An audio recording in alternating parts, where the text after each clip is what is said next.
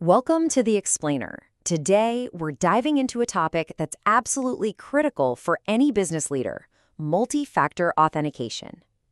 Now, we're going to be looking at this through a specific lens, drawing on insights from a report by Virtualization Options LLC, which is a technology advisory firm. This whole explainer is really designed for you, the leader in a non-technical role, to give you a clear, business-focused action plan. So let's just jump right into the heart of the problem with one single number: 81%. What is that? Well, according to Verizon's latest data breach report, that's how many hacking-related breaches use something as basic as a stolen or weak password. Think about that. For the huge majority of attacks, the bad guys are getting in because the front door was left open by one single, simple point of failure. And this quote just captures the risk perfectly. We all know password reuse is a thing. It happens. But really stop and think about what that means for your company. When a hacker gets their hands on just one password, they don't just get one key. No, they may have just found the master key to your company's entire digital kingdom. And this brings us to a really critical realization. Passwords, you're just not enough anymore. This isn't just some IT headache. A single password getting into the wrong hands can set off this devastating domino effect across the whole business. And that makes it a fundamental board-level business risk. And the consequences, they are very real and they are severe. You see that number, $43 billion in financial losses? That's just the beginning. Business disruption. That means your operations literally grind to a halt. Reputation damage. Well, that's you having to explain to your customers why you let their trust be broken. The pain goes way, way beyond that initial breach. Okay, so how do we actually defend against this? I mean, it's a huge systemic weakness. The answer you'll hear from pretty much every security expert out there is a simple but incredibly powerful layer of defense called multi-factor authentication. You've probably heard it called MFA. To put it really simply, MFA is just a system that asks for more proof of who you are than just your password. It's like adding a deadbolt and a security chain to your front door instead of just having one of those flimsy, easy-to-pick locks. It creates layers of defense. So how does it work? Well, it works by combining at least two of these three different kinds of proof. First, you have something you know, that's your password or your PIN. Second, something you have, like your phone or a little physical security key. And third, something you are, your fingerprint or your face. Now, a criminal might be able to steal your password, sure, but can they also steal your phone and your fingerprint at the exact same time? It just becomes exponentially harder for them to succeed. And this is exactly why MFA is so effective.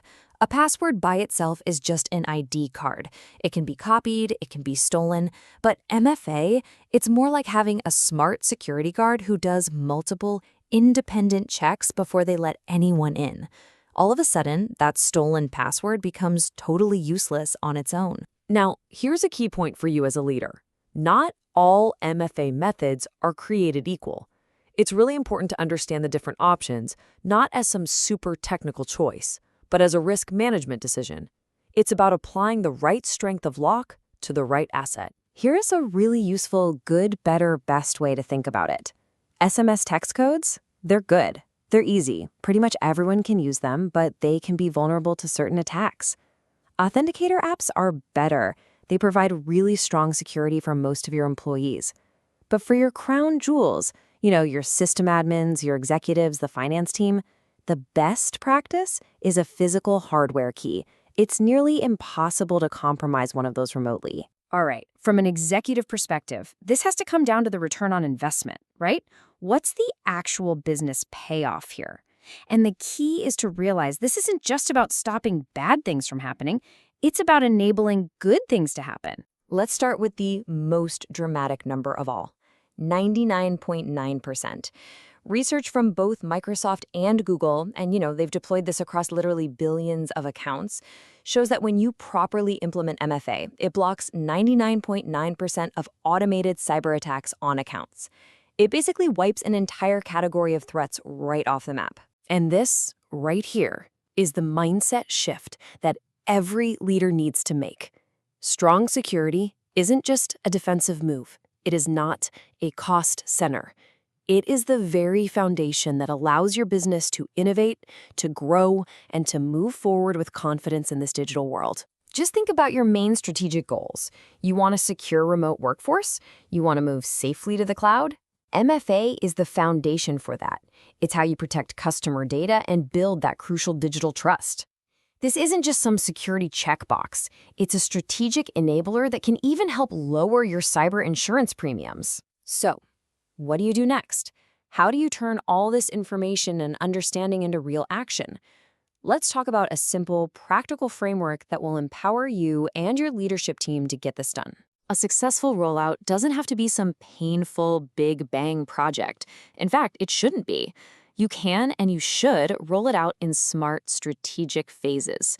Start with your IT and security teams. Let them get the kinks out. Then, immediately protect your highest risk people, your system admins, and your executives. From there, you can just move department by department toward a full company-wide deployment. As a leader, your most powerful tool isn't being the technical expert. It's asking the right questions. Your job is to drive the initiative forward by making sure your team is focused on what truly matters. So here are 4 critical questions to take to your CISO or your IT director. 1. What is our current MFA coverage on our most critical systems?